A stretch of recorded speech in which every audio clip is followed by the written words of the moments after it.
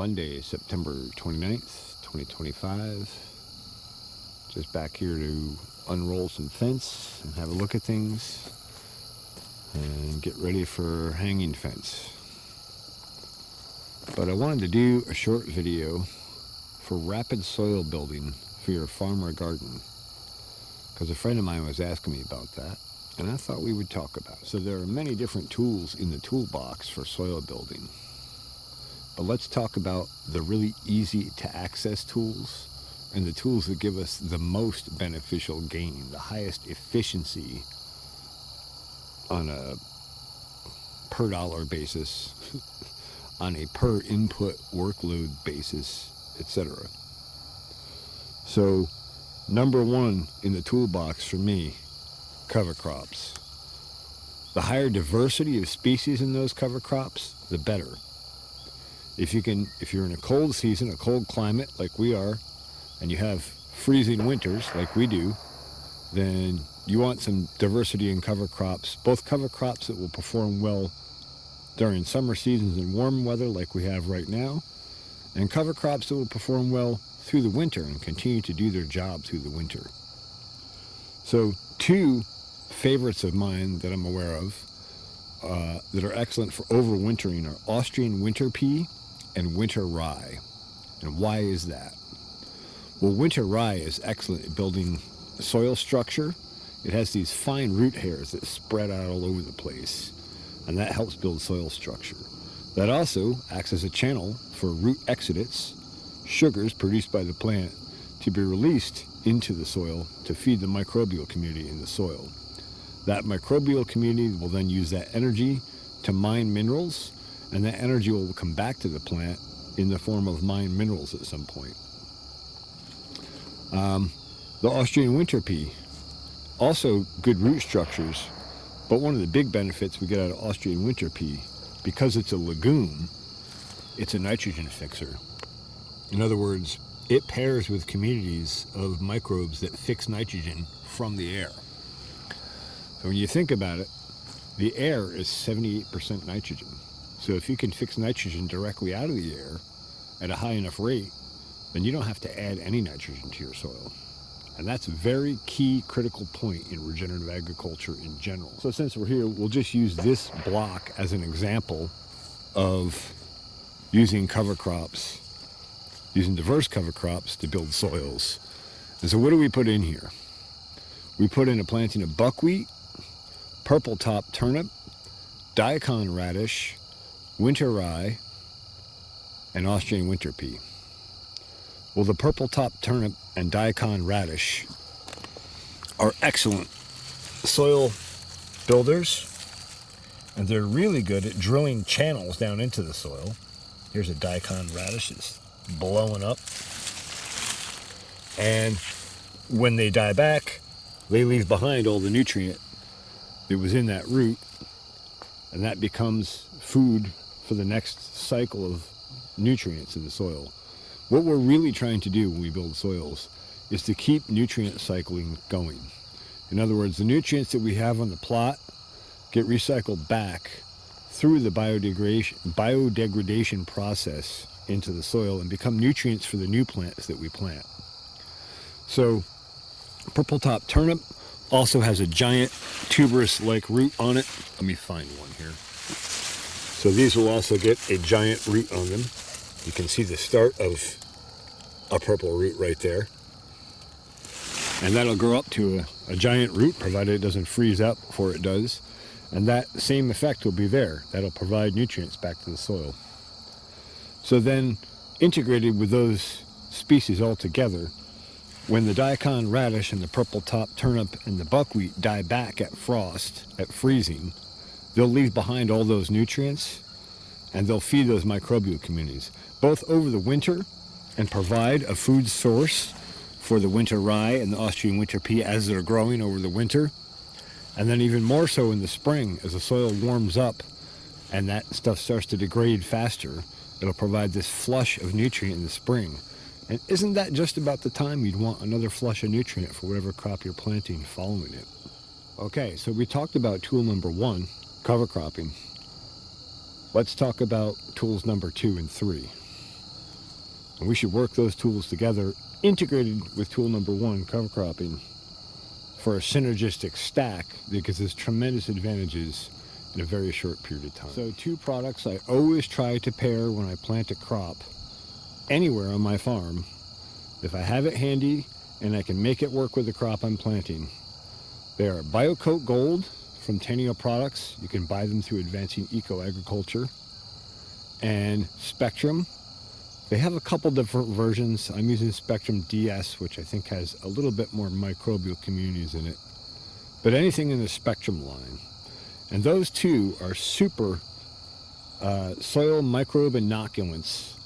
They should be in and on the seed and in and on the roots of plants from the earliest stage you can possibly provide it.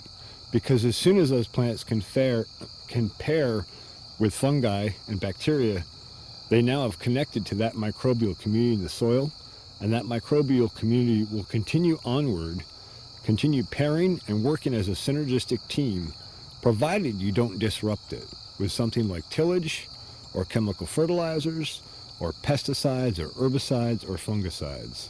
But if you leave that microbial community intact, that's the strongest thing you can do for it. It'll build diversity, it'll build soil, it'll unlock nutrients, it'll make everything amplify and grow better. So one of the things I did when I put this crop down, first thing I did was cover the seed in inoculant, Spectrum DS and BioCoat Gold. And then when I distributed that seed, that inoculant and seed got put on, and the inoculant was right on the seed at planting. So from the very moment these seeds have the chance to germinate, they are covered with an inoculant and basically covered with a microbial community that will support them throughout the entirety of their life, and will support communities even after they die, because that microbial community is established and can be adopted by other plants in the same area.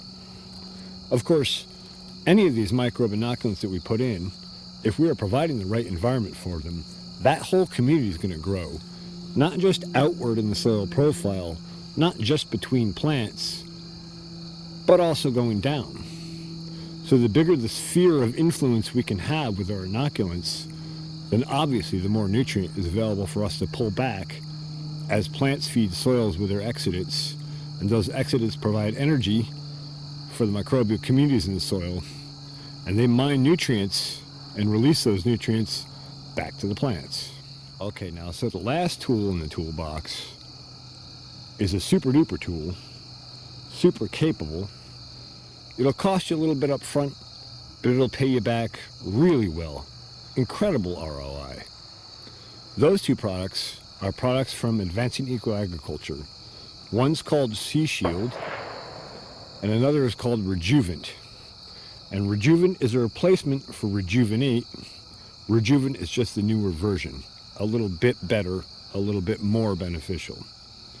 And what those 2 do, Sea Shield is a crab shell concentrate, mostly in a liquid form with all its enzymes intact. So that does tremendous things for feeding soil. It also enhances fungal communities. It really does a lot for fungal communities, provides them with a food and a resource that really benefits them. And then the Rejuvent or Rejuvenate is a combination of humates and sugars, and I'm not sure all what else.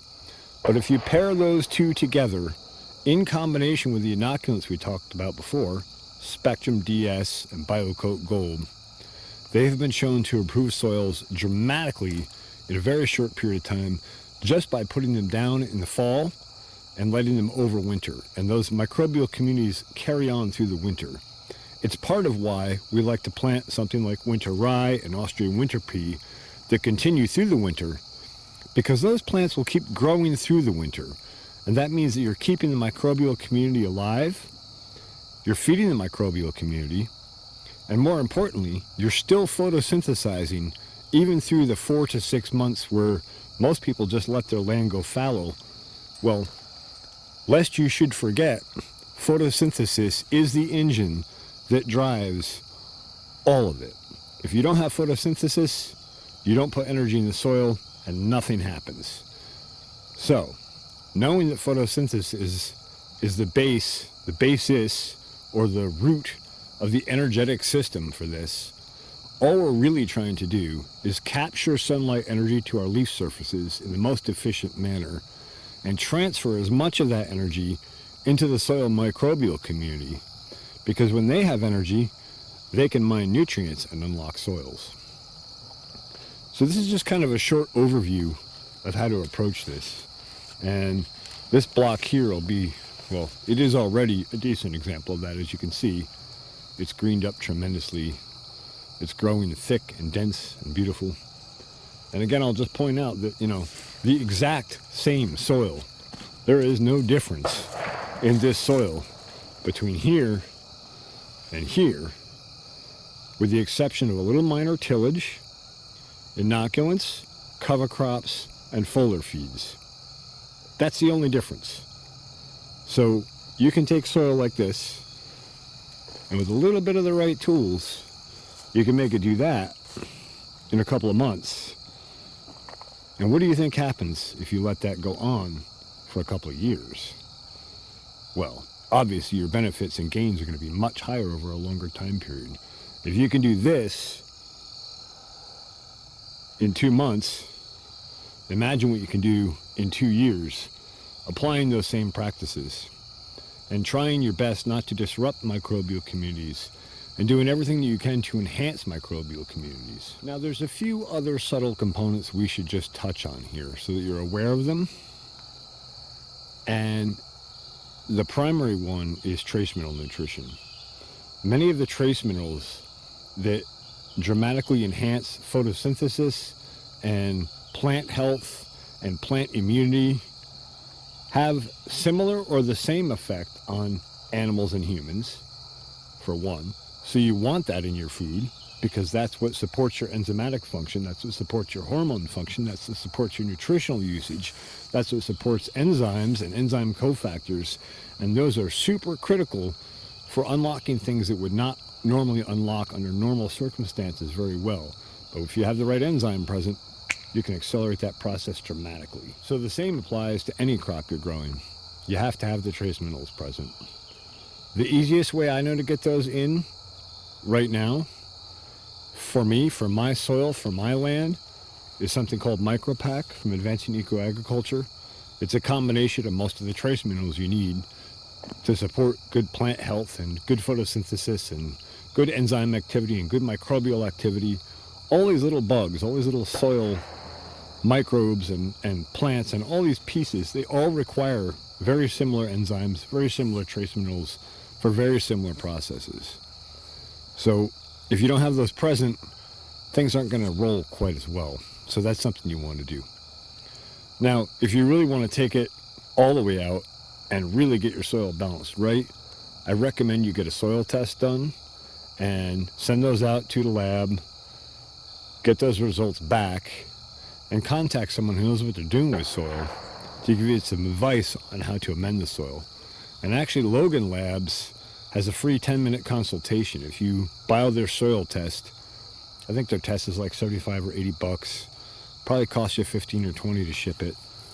But so for $100, you get a soil test. You know exactly where your soil's at, what it needs, what it has excesses of, what it has deficiencies in, and you get a consultation session telling you how to go about amending that.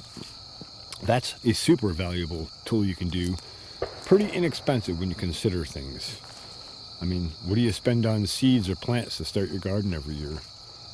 You know, $100. If you could make it 4 times more productive because you knew what your soil needed and you could fix it, say it cost you $100 to do the test, and maybe say it cost you another $100 to do the amendments, it might be a little more or less. But, you know, for a couple $100, you could quadruple your yield, reduce your bug, disease, and pest pressure, increase your soil health, increase your own health. You know, it's huge gains for very little investment. And so one of the ways that I apply these types of amendments, Sea Shield, Rejuvent, Spectrum Extra, BioCoat Gold, one of my favorite ways to apply these is with the foliar feed. Because you can go through with a sprayer and spray it directly on the leaf surface. The plant can absorb that in the next 24 to 48 hours, and that accelerates the plant's photosynthesis and its energetic capacity. And because of that, the plant grows rapidly and much more healthily. And guess what happens when you do that? Well, the plant sends out a lot more sugars and exudates and feeds that soil microbial community. And what do? Well, they respond with a lot more nutrient back. So the amount of gain that you can get from putting down an amendment in the form of a foliar feed on a crop versus in the form of a soil amendment, the gain per ounce or pound or whatever is probably 10 to 100 to 1,000x for a foliar feed versus a soil amendment. Now, does that mean that you shouldn't balance your soil? No, you should definitely balance your soil. But if you can't do that or can't afford to do that right away, one thing you can do to keep the system alive and functioning and tuned up at high performance is a foliar feed every 7 to 14 days. That may sound complicated, and there definitely are some nuances to foliar feeding and doing it well and correctly in a way that really supports crop health. But it's not that complicated, it's not that expensive to do, and it will give you tremendous gains. So I have other videos on foliar feeding here. I have lots of videos on regenerative ag where I go into much greater detail on many of these subjects, and I'll be producing more videos along these lines as we go on. But I just thought I would touch on some basics for soil building, mostly because my friend prompted me, but I thought I would share it with everyone, because why not share the conversation with the whole class? All right, I hope you found this interesting or informative.